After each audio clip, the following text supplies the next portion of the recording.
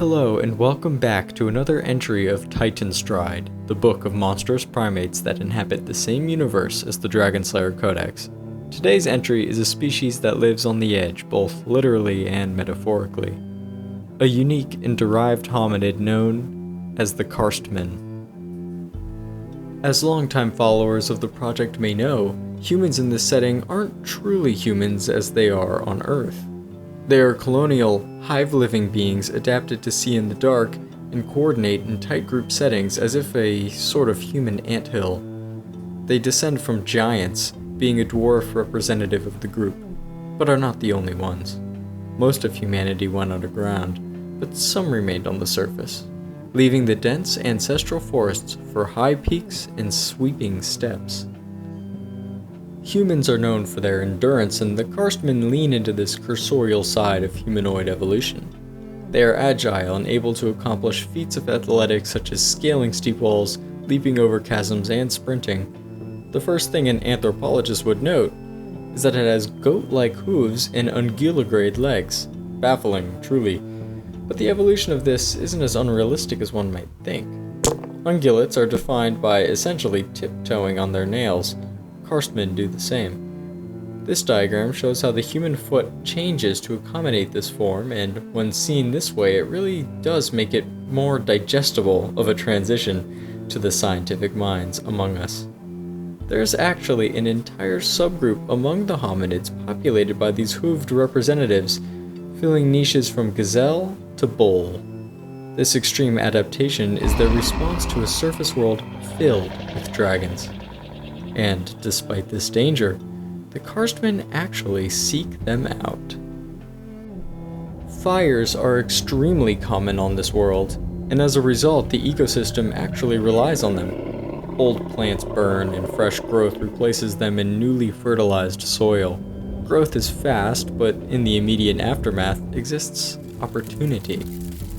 While most scavengers seek out the small animals flushed from their burrows or consume those trapped in debris, the Karstmen will use the smolders to cook their own food. Typically a chewed-up mixture of grass and bugs, roasted over a fire into a bread-ish thing. They carry these ingredients in grass-woven satchels.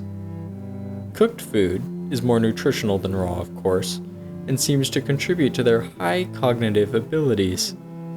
This attraction to dragonfire brings this species in contact with unfortunate villages, who may see them as omens of disaster. One clan of Karstmen, however, quickly took to the survivors of a rattledread raid, using herbal salves to treat burn wounds and bringing the wounded food and water.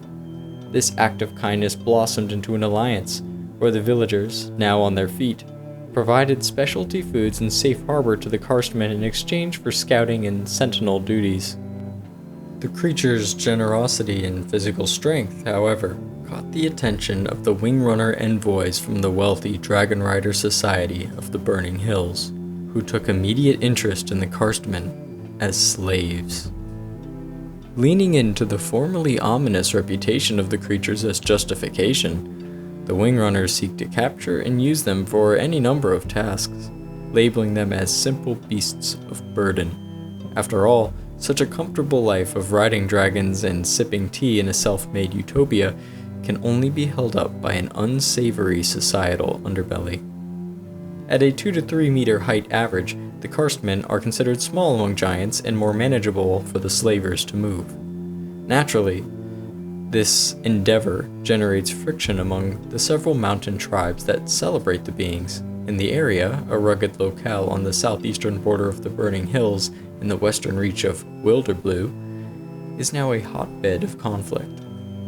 Wingrunners move their military activity to the border, airlifting the Karstmen from their homes in dragon-flown caravan halls, and in return, the mountain tribes slay any red racer they see, then hang their Wingrunner riders upside down on mountain ledges to be found by strangler giants or perhaps a passing blood-belly dragon. So, the Karstmen really do live on the edge, whether it's a literal cliffside or caught in a balance between the two extremes of human nature.